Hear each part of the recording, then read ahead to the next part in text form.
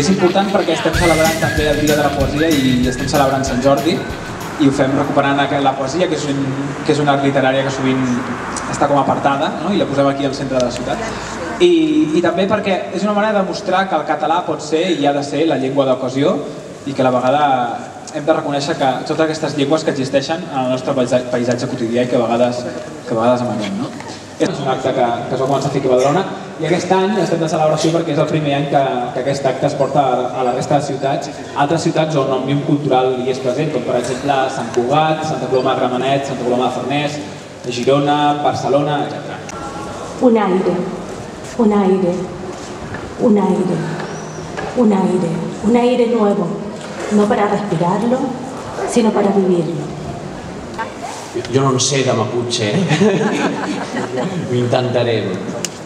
Kinyeneyen mapu, kinyeneyen mapu, kinyeneyen mapu, kinyeneyen mapu, kinyeneyen mapu welken, kenoneyun, maimongen.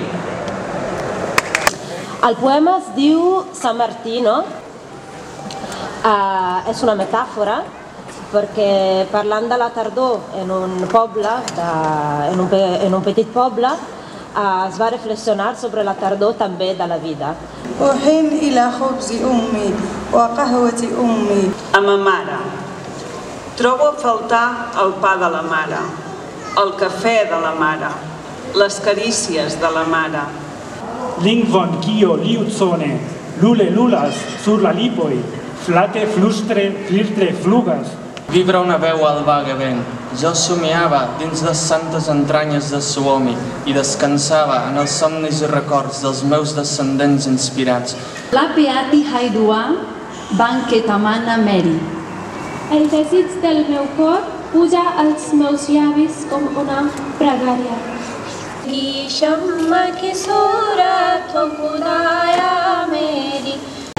Tenim molt carinyo amb aquestes cançons que quan estàvem petites cantàvem en el nostre país i aquí no se sap.